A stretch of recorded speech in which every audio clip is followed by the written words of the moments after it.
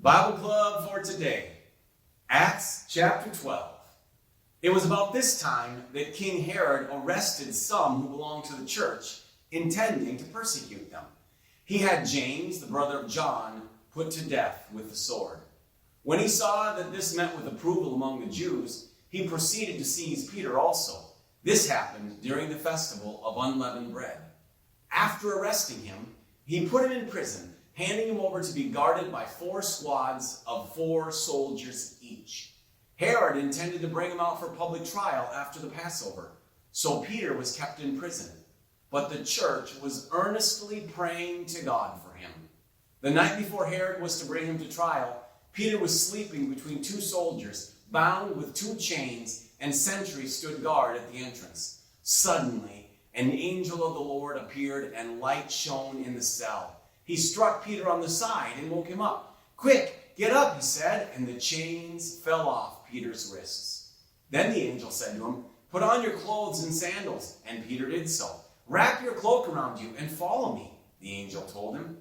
Peter followed him out of the prison, but he had no idea that what the angel was doing was really happening.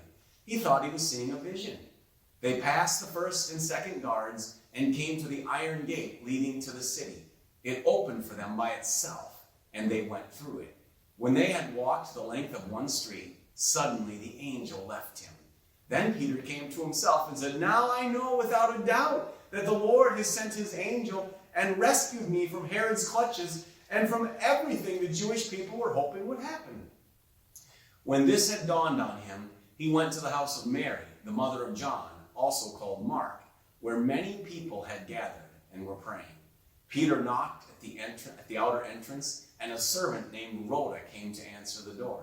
When she recognized Peter's voice, she was so overjoyed she ran back without opening it and exclaimed, "Peter is at the door!" "You're out of your mind," they told her. When she kept insisting that it was so, they said, "It must be his angel."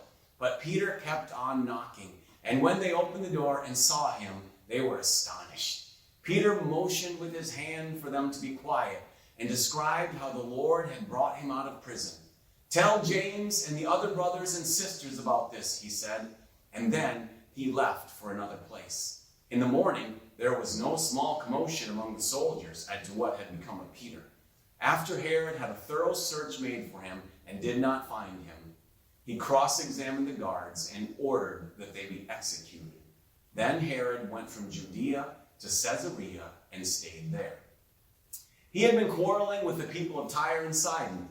They now joined together and sought an audience with him. After securing the support of Blastus, a trusted personal servant of the king, they asked for peace because they depended on the king's country for their food supply.